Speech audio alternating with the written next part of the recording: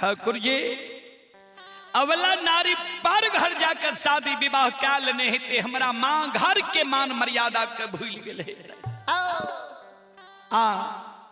बड़ा साग सार बार बन खा के धर्म के गहवर बांध लिया रहा। धर्म के गहवर हमार टूट गए। बड़ा साग सा द्वार पर अशोक वृक्ष लगे लिया रहा। अशोक वृक्ष हमार जल के कारण सूख गए। सब छती गोसाई हम सहिलबा लेकिन माय जे मर गेल हेते धर्म पत्नी जे पर घर शादी क्या लेने हेते ई छती गोसाई हम नहीं सहब। किया तो नहीं दोबारा माय मिले छे आ नहीं दोबारा ब्याही धर्म पत्नी मिले छे। ठाकुर जी हम नहीं जेब पोपीपुर जन्म स्थान। धर्मराज बाबा कल के केदली के राजा हो हे हो बेकार तू आशंका कर रहे हो। जे धर्म पर सब कुछ का छोड़ के आवे छे धर्म ओकर रक्षा करे छे। केदली के राजा धर्म पर न छोड़ के लहैया गहवर घर में संकल्प ले लहर याद छा हे हो नहीं मरला ये माय तोहर अन्य पर घर शादी कैल ये ब्याही नारी अन्य टूटल ये धर्म के गहबर अन्य सुखल ये तोहर अशोक वृक्ष। तोरा माय के अमृत जल पिला के रखने छिया। तोरा धर्म पत्नी के माय के आचर तोर जगा के रखने छिया। अमानत तोहर धर्म के गहवर छा। अमानत तोहर द्वार पर अशोक वृक्ष छा। बनवासी तपस्वी चल जन्मभूमि स्थान पोपी नगरी। ज्योति बाबा कल के सरकार यहाँ के बात के हमारा विश्वास नहीं हुई है। धर्मराज बाबा कल के से किया ज्योति बाबा कल के सरकार यहाँ के अनेक नाम ये अनेक काम ये। ठाकुर जी धर्मराज बाबा कल के की छिए हमर नाम की हमर काम छिए। ज्योति बाबा कल के सुन लिया ठाकुर जी। ए धर्मराज बाबा सुनो जे हो हे यो सुनो सुनो सुन भैया सुन भई।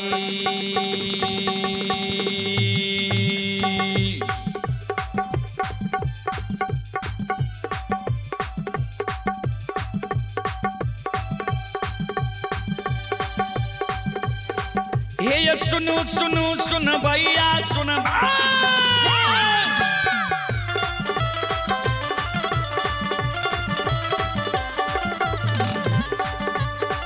हे यो सुनो सुनो सुन भैया सुनबे यौ गबैया बजबैया सुनबे।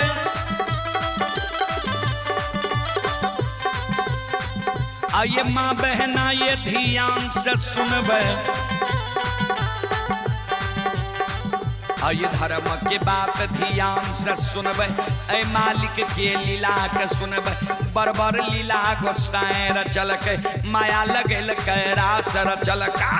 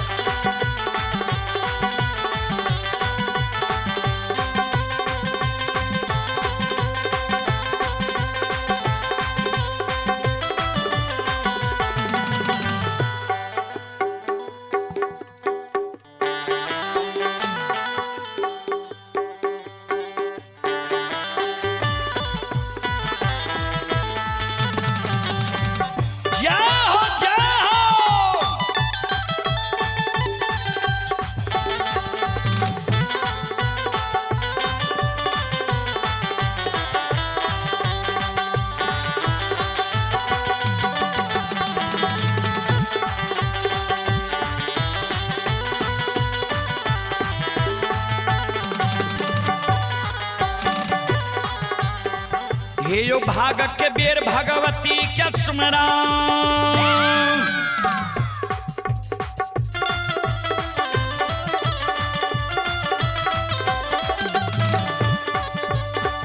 हे यो भाग के बेर भगवती के सुमरा सदा भवानी जगदम्बा के सुमरा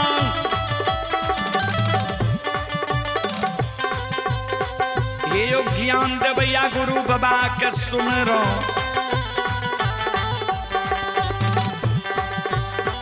हे यो विद्या के दाता सरस्वती के सुमरो गौरी के पुत्र गणेश के सुमरो उमापति यो महादेव के सुमरो खारे यो वीर पवन सुत के सुमरो दुर्गा काली महाकाली के सुमरो सभा के बीच धर्मराज के सुमरो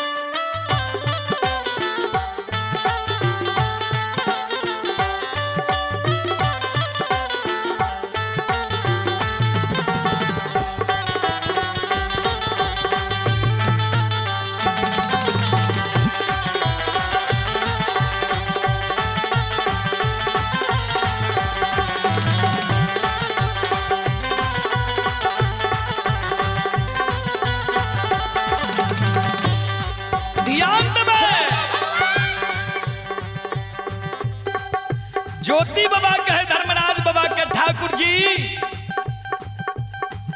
सुनो यहाँ के की सब नाम छिया की काम छिया ध्यान से यहाँ सुनो ये हो तोरे नाम निरमोहिया छिया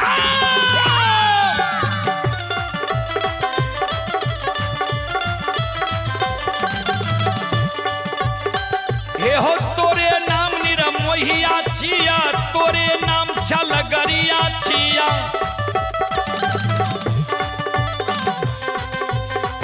हे हो तोरे नाम बाबू कैलदास छिया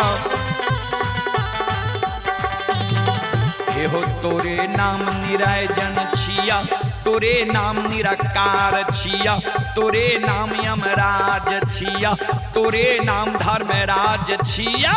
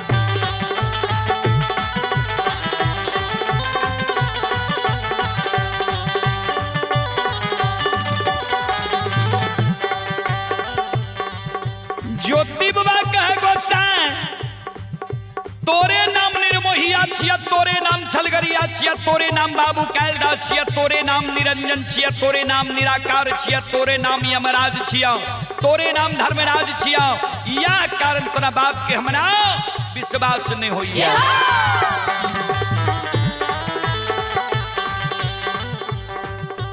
ठाकुर जी हमरा विश्वास नहीं होई छे तोरा बाप के। ध्यान देवे सत शिरोमणि श्रोता बंधु ज्योति बाबा कहे धर्मराज बाबा के ठाकुर जी हे हो तोरा ये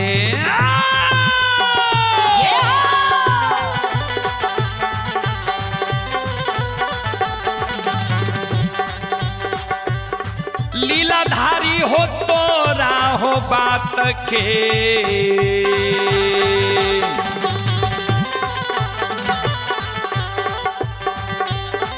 हे हो नहीं होई छ धर्मराज बाबा हे हो नहीं होई दिल में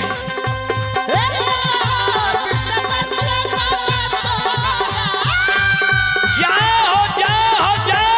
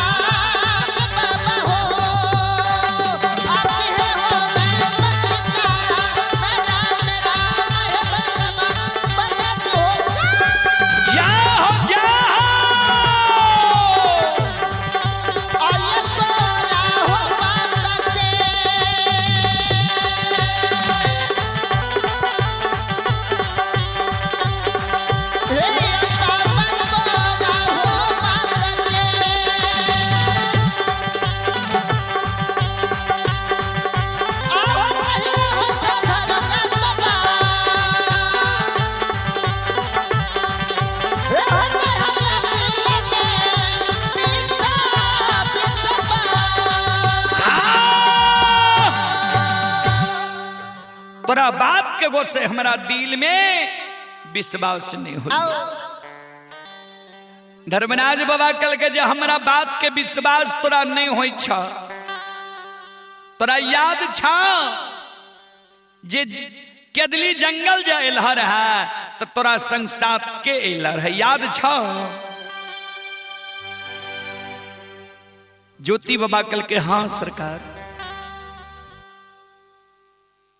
दुख के बेर में सब सगा संबंधी प्रेमी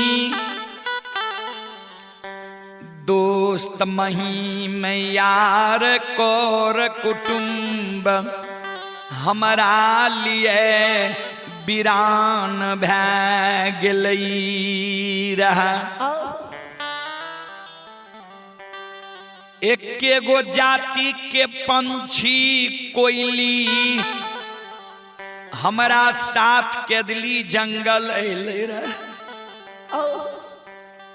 धर्मराज बाबा कल के तक कोयली के तू पूछ लहा रात में कोयली तोरा माय के देख के लो ये तोरा धर्म पत्नी के देख के लो ये धर्म के गहवर अशोक वृक्ष के देख के लो ये कोयली के तू पूछ ले तब विश्वास है तब ना हो। ज्योति बाबा के दली जंगल में कोयली के आवाज लगा गे कोयली गा कोयल चिड़िया अगर हमारा आवाज केदली जंगल में तू सुनै छै केदली जंगल में तू हमारा सामने में समाधान हो। कोयल चिड़िया गुरु बाबा के शब्द सुन के कुहकल कोयली गुरु बाबा के नजदीक आवे कुहकल कोयली गुरु बाबा के नजदीक आब रहलै है। दोनों पंख जोड़ के कोयल चिड़िया गुरु बाबा के चरण में प्रणाम करे। गुरु बाबा आशीर्वाद दे, जिए जिए कोयली, जा तक धरती धरातल चांद सूर्य माता पिता सत्य धर्म गाय ए दुनिया में रहते, ता तक तोरा ई मधुर वाणी की प्रशंसा है। कोयली रात में पोपी नगरी गली रहे,